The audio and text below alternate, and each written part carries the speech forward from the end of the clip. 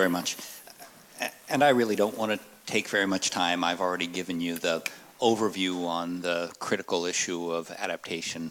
There are really two main points I want to make. The first I've already talked about some, and it's the fact that we've really made a major transition in the world of climate change adaptation.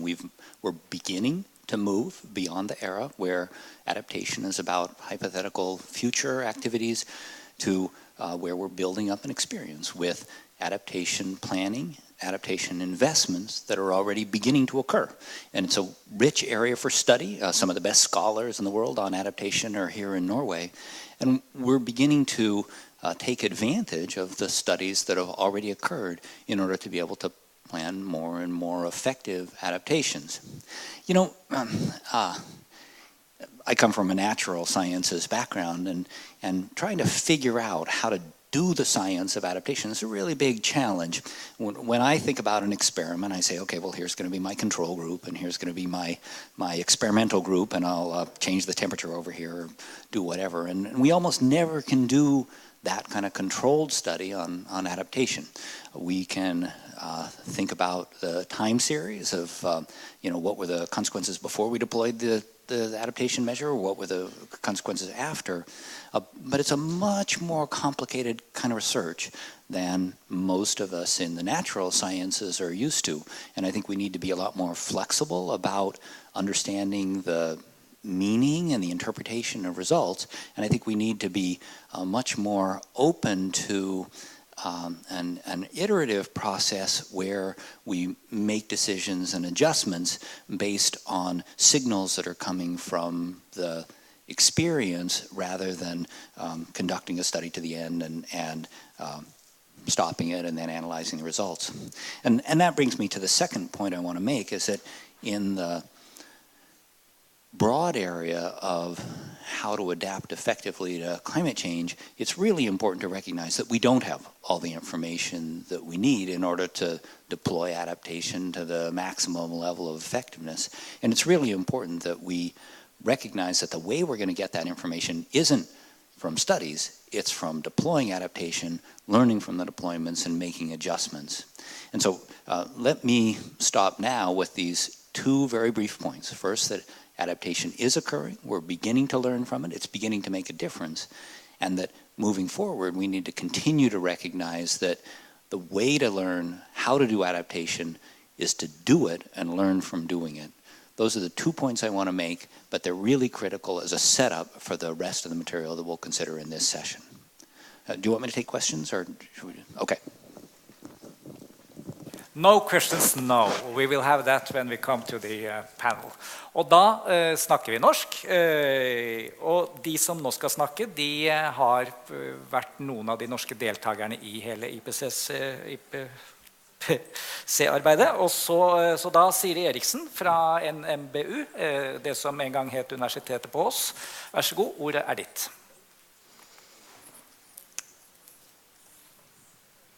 Takk for det. Espen, kan du hjelpe meg å få opp min presentasjon? Og så skal jeg si en beskjed mens hun får opp presentasjonen til alle som skal snakke norsk, at vi tar litt hensyn til oversetterne. Prøver å være litt langsomme, og sånn at det blir lett for dem å oversette for oss. Takk for det. Jeg var altså med på kapittel 13 i arbeidsgruppe 2, som handlet om fattigdom og levekår. Jeg skal snakke litt utifra det, og så skal jeg snakke litt utifra min egen forskning om klimatilpasning i Norge fra et prosjekt som var ledet av Universitetet i Oslo, som heter Potentials of and Limits to Adaptation to Climate Change in Norway. Så de eksemplene jeg har fra Norge kommer ikke direkte fra rapporten. Men det jo også fordi, og det jo et tankekors, at det finnes veldig lite forskning faktisk om hvordan klimaendringer påvirker fattige grupper i rikere land, deriblant Norge. Jeg har 3 hovedpoenger.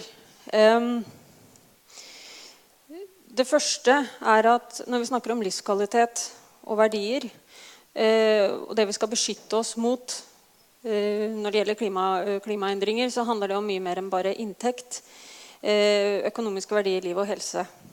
Det handler egentlig om vår hverdag.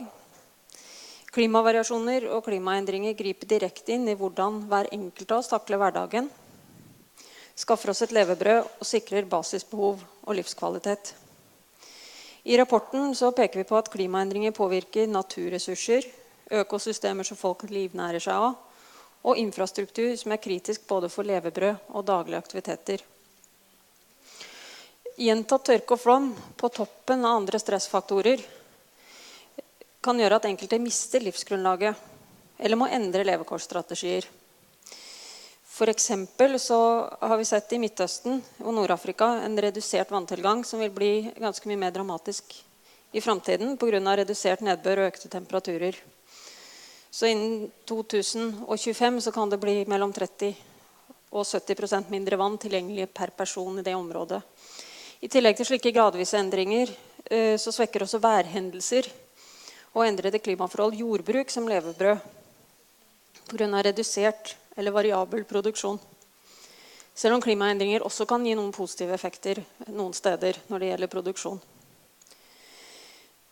Og slike endringer som skissert her, de har ikke bare økonomiske konsekvenser for den enkelte, men de griper inn i sosial tilhørighet, identitet, trivsel og livsstil.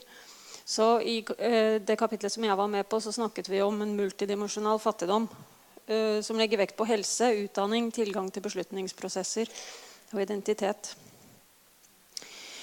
Hvis jeg skal sette det inn i en norsk kontekst, da vil jeg bare peke på at bildet til venstre, det fra Kenya og flom, som oversvømmer markene. Bildet til høyre fra Øystre Slidre, og der ser man gjengroing som et eksempel på en av stressfaktorene som folk opplever der. Og i norsk kontekst så jo for mange jobb og bosted en livsstil og en viktig del av vår identitet, sosialt nettverk og tilhørighet. Så i Øystre Slidre så viser at mange bønder så var jordbruk et livstidsvalg, der lokale nettverk, familietradisjoner, kulturlandskap, stølsdrift, lokal identitet, det var nøkkelverdier i tillegg til produksjonen som en inntektskilde og bidrag til storsamfunnet. Men verdier de varierer fra person til person, også innad i et lokalmiljø. Så andre bønder igjen, de la vekt på jordbruk, at det skulle gi en inntekt som kunne sammenlignes med andre yrker. Enten jordbruk som en biinntekt eller sammen med andre næringer. Man skulle ha tilgang til ferie og fritid, som folk i andre yrker har. Også det å skape ny økonomisk aktivitet. På en måte nyskaping. Det andre poenget mitt at sårbarhet skapes av mange sosiale prosesser i tillegg til klimaendringer. Blant annet ulikhetsprosesser som nært knyttet til sårbarhet. Så IPCCs gjennomgang av litteratur viste at observerte klimavariasjoner, klimaendringer og ekstremhendelser forsterker andre sosiale stressfaktorer, og det har ofte negative utfall for levekår, matsikkerhet og inntektskilder for de fattige spesielt. Både i byer og på landsbygda. Og det fordi de har ofte færre gode alternativer når de mister livsgrunnlaget. De har minst tilgang på infrastruktur, minst tilgang på sosiale nettverk og beslutningsprosesser. Så for eksempel så kan gjentatte klimahendelser og kriser føre til at folk mister evnen til å klare seg i det daglige. De som akkurat på grensen blir dyttet over i det vi kaller en fattigdomsfelle, hvor de ikke klarer å bygge seg opp igjen etter en krise. Og klimaendringer forsterker slike fattigdomsfeller. Og det som ofte skjer innad i et lokalsamfunn at noen blir dyttet i den retningen, og så har du andre igjen som kan kapitalisere på en krise. Så et eksempel som vi brukte i rapporten var Bangladesh, et øyområde hvor de fleste husholdninger har gått over til rekeproduksjon i stedet for jordbruk. Det delvis på grunn av gode priser, delvis på grunn av offentlig politikk. Og så saltvannsinntrengning og havnivåheving en bidragsytende faktor. Det har ført til at kapital og inntekt og makt konsentreres hos en elite som allerede hadde innflytelse til å kunne begynne med rekeoppdrett, mens resten har mistet sine levekårsstrategier og levebrød, fordi landbruk blitt nesten umulig. Men levekårsprosesser, det handler ikke bare om fattige eller prosesser i fattige land. Det jo en ting at Det jo flere og flere fattige, eller en økende andel av fattige finnes i rike og middelinntektsland. Ikke det vi vanligvis tenker på som fattige land. Og vi har fattigdom også et rikt land som Norge. Så det en side av saken, og det vet vi faktisk alt for lite om. Det var en av tingene vi så i rapporten. Men det også det at en del av disse dynamikkene i levekårsstrategi, de gjelder jo også for folk som ikke fattige, og i Norge.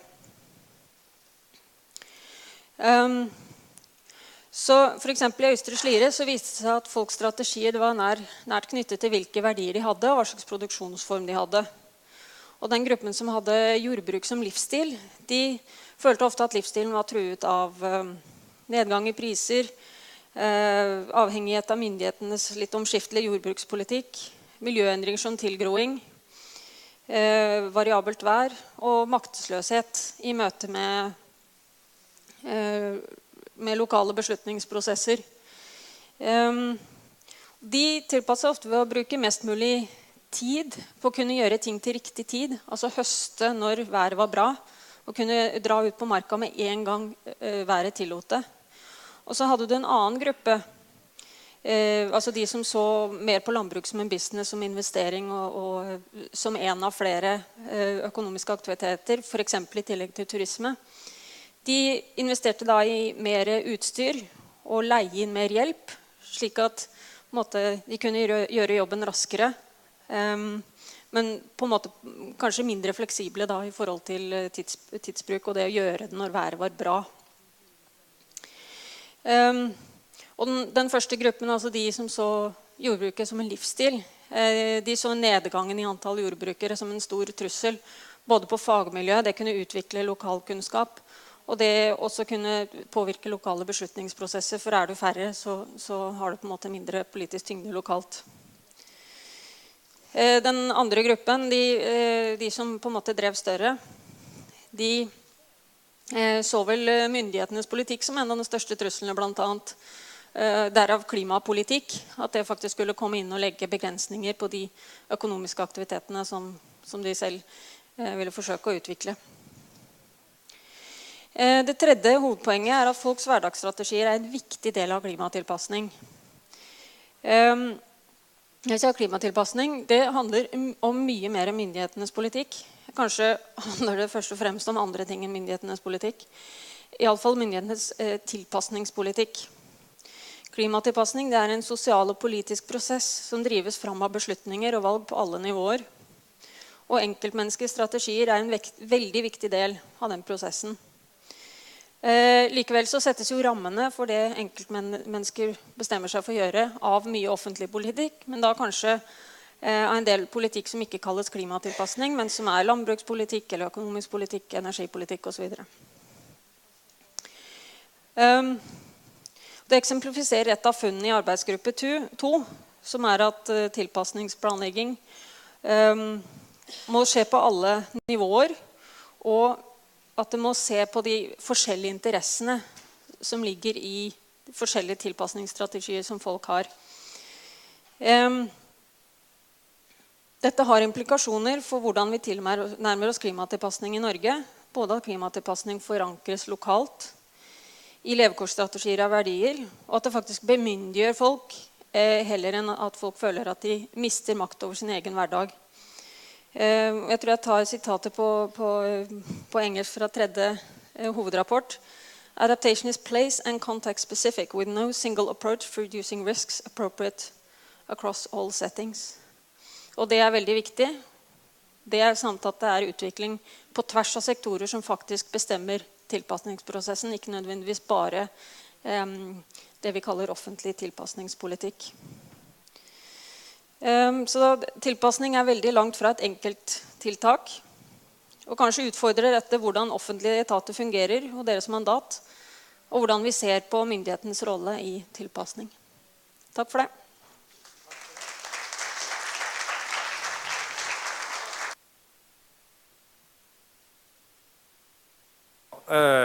Tusen takk. Du kommer opp hit, så det mulig å få snike inn mer for dere som synes 6 minutter lite. Da det Asun St. Clair, DNV GL. Jeg lever litt i sånne gamle dager, så det var vel det som var det norske Veritas en gang. Vær så god. Ordet ditt. Thank you very much, and I will make my presentation in English. I was asked actually to talk about climate change as a challenge to business as usual. I have been lead author of Chapter 1 in Working Group 2, which is a framing chapter about the changes in relationship to the past, and then the framing of the overarching report that you have heard quite a lot from Chris Field. As I started thinking about the talk today, I started thinking about the term business as usual, and you heard the term this morning actually various times used by the natural scientists to mean the scenarios that takes us all the way up to 4 and more degrees. But there is more minutes to this term of business as usual, so I have structured my talk by picking in all the most common meanings and then showing how the Working Group 2 challenges absolutely all of them. So the first one is the common unexpected event, right? A fire, but then business as usual, you continue working as usual. This is one meaning. The second meaning is actually the person who coined the term, Winston Churchill, who was the head of the Navy in Britain during World War I. And he used the term business as usual to convey to the British society, don't worry, we are going to beat them. Business as usual, we British with our Navy and with our power can beat the Germans. Meaning it was a particular conception of the risk. And I will show how we also challenge that. In World War II, Churchill used again the term business as usual to convey defiance and hope.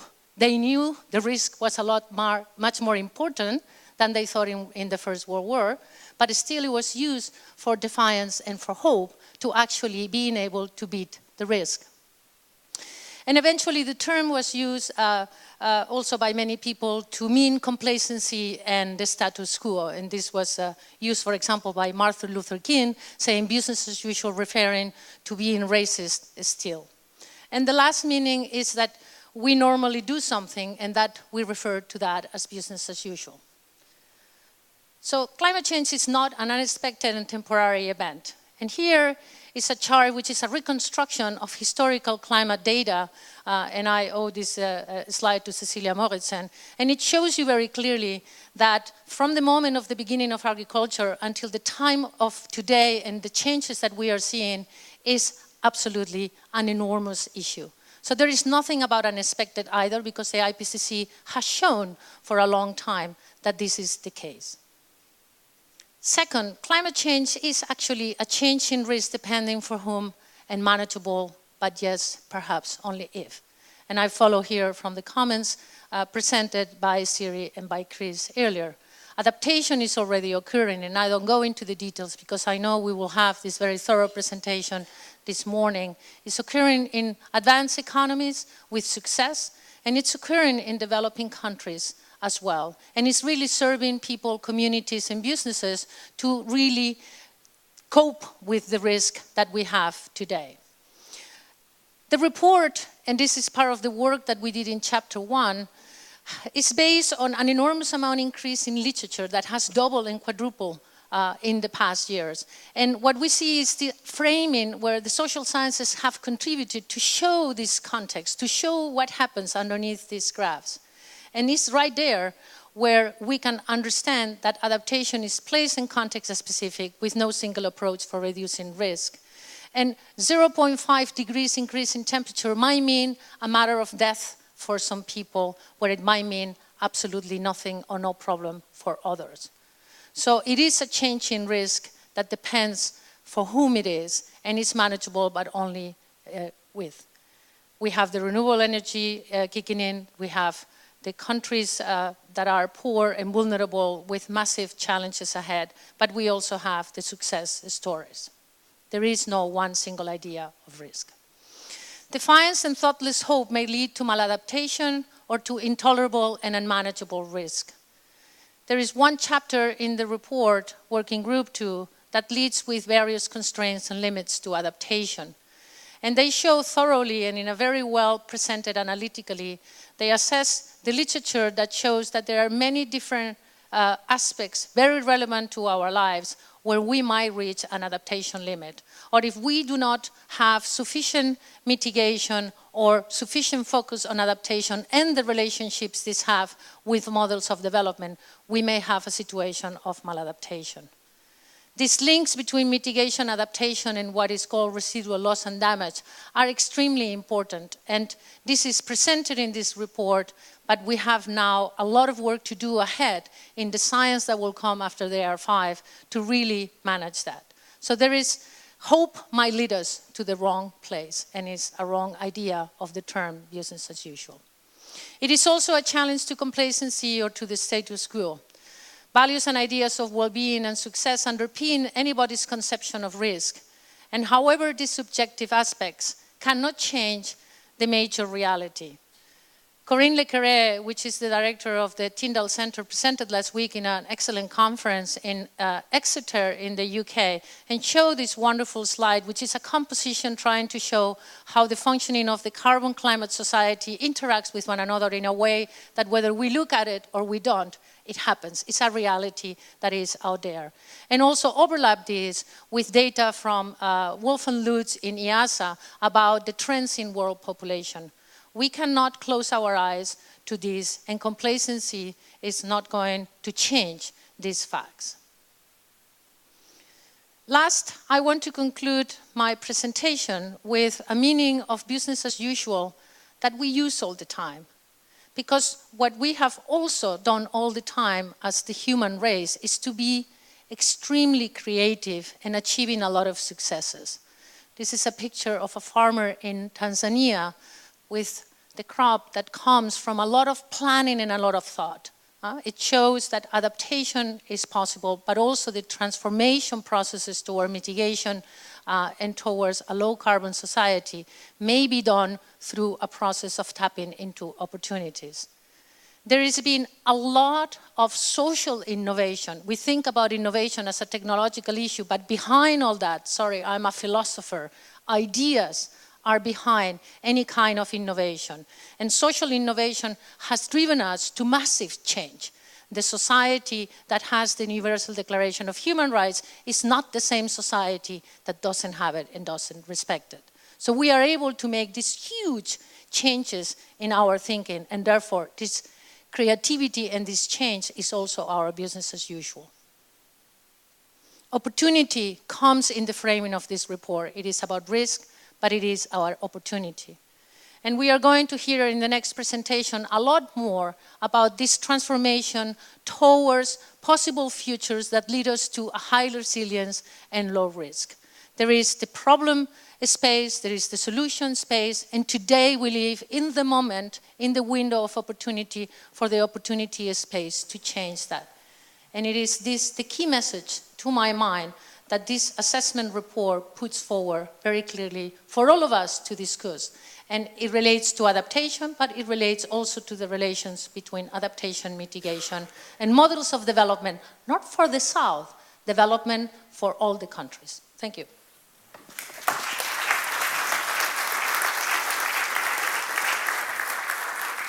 Tusen takk for det, og da er det Karen O'Brien fra Universitetet i Oslo, som nå også har vi vet litt av hva du skal snakke om, så vær så god, da er ordet ditt.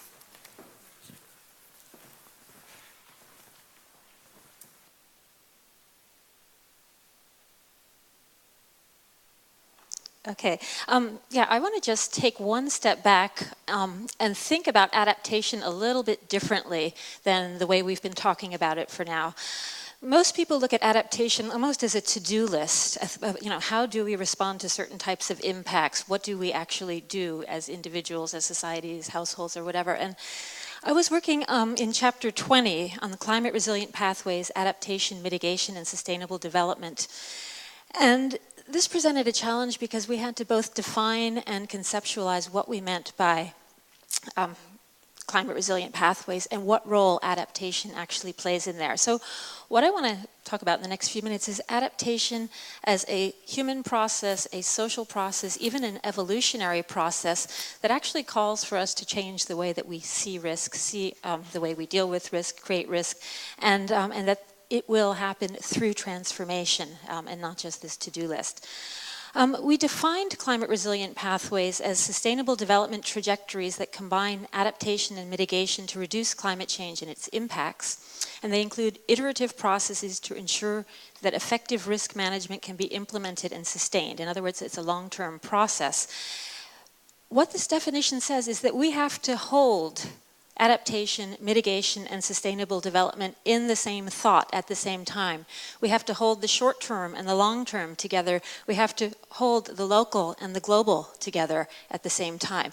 And this really is a stretch for our minds, a stretch for our, our ways of dealing with this. And, the co-authors of this chapter, we had a really, struggling, what do we actually mean? How do we see all of this together? And the starting point was the graph that Chris showed earlier, from Working Group 1, and the 5 reasons for concern. And when we start to look at these types of potential pathways and ask ourselves, what is a climate resilient pathway on RCP 8.5? What would that look like? Is there a climate resilient pathway? And that's where we start to bring in the concept of transformation, defined as a change in the fundamental attributes of a system. And along that pathway, if you look to the right at the different types of risks, which are all very much interrelated, large-scale, singular events will have an influence on the distribution of impacts on unique and threatened systems and so on. As we go towards that path, we start to see that transformations are going to be happening, and we will have to adapt to ecological transformations, social transformations. And our chapter talks about transformational adaptation, scaling up adaptations beyond these very incremental kind of approaches. So transformational adaptations include larger scale or greater intensity of activities than previously experienced. Transformational adaptations could be activities that are new to a region or a sector, growing different things, living with water differently, just very different types of things. And they can also lead to transform the places or lead to a shift in the location of activities. And that means we may have to retract or retreat from some areas. We may have to actually change the foundational structures of livelihoods, as Siri talked about. And so on. So that's one kind of transformation. But we also then looked at another kind of transformation that really was about changing the very systems and the structures that actually contribute to changes in the first place. Challenging, and that's where sustainable development has to be linked with adaptation and with mitigation, looking at that long term. So looking at either way, we have different arenas or different areas where transformation is going to have to occur.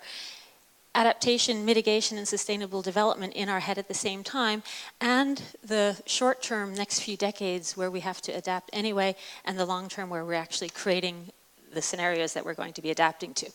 So what we did in chapter 20 of Working Group 2 is we looked at these different spheres where adaptation can take place. And just extracting from the table in summary for policymakers and the figure, most of our attention is currently focused on that center sphere called the practical sphere. And this is where we have the social and technical innovations, behavioral shifts, institutional or managerial changes, and all these kind of things that we're very working hard on, raising bridges, widening pipes, etc. And probably about 90% of our attention goes towards these very practical things that would have measurable outcomes that we can actually look towards and say, yes, we're achieving lower greenhouse gas emissions, more resilient water systems, food security for local populations, etc. And so this is it's the bullseye, it's the focus. But often the troubles that we have is because it's surrounded by what we call the political sphere, which is the systems and the structures that are maintaining these certain actions in place, the business as usual, as Asun pointed out. And Siri mentioned a few good examples of these are the policies, this is how we have constructed the system to work on this. So it is political, social, cultural, and ecological decisions and actions that are either, this is where vulnerability is constructed and risk is created. So a lot of our attention then has to look at adaptation, mitigation, and sustainable development in this systems perspective. And we call it political because this is exactly where different values, different worldviews, different beliefs, different assumptions about the goal of the system come together, and we need to have these very courageous conversations about what trade-offs are acceptable, what risks can we actually live with, and what type of risks are we just not willing to. And that leads us to the final sphere, the personal sphere, which is the beliefs, values, worldviews, and paradigms that influence how we see the system and also how we engage with that system. Many people just think, oh, the system is too big, we can't change it, the financial system and things. But Bretton Woods, we have actually created many of these systems.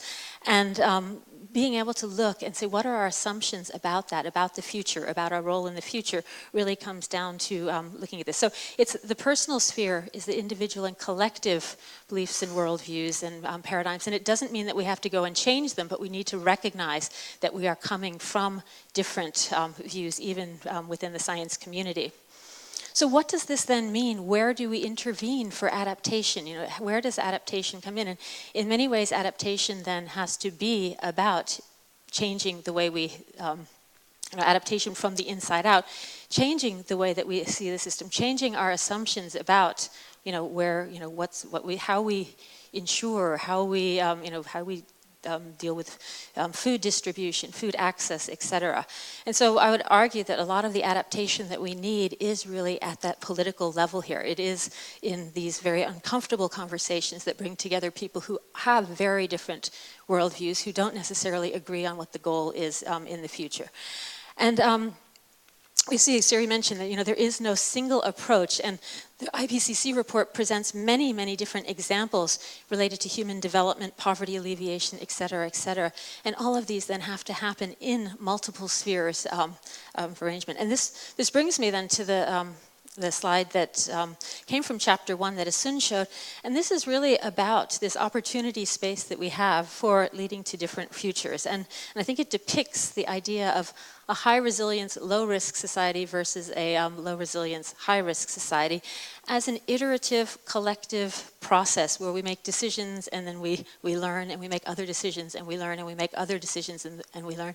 And along the way we challenge our assumptions about the way that the world works. And I think, when we get more science coming in about melting of ice sheets and things, we have to actually, it challenges our thinking in very many ways. So this, where we go, whether we go towards the high resilience or towards the low resilience future is a matter of choice. And so the choice that we have really is right now, and we've heard that over and over again with Ellen Hambro and others, but we also have to recognize that many of us are looking at different choices and we're looking at different systems, and we're not necessarily realizing that we are creating the future that we're adapting to along the way. So again, it's adaptation, stepping back is really about transforming the way that we do things. So thank you.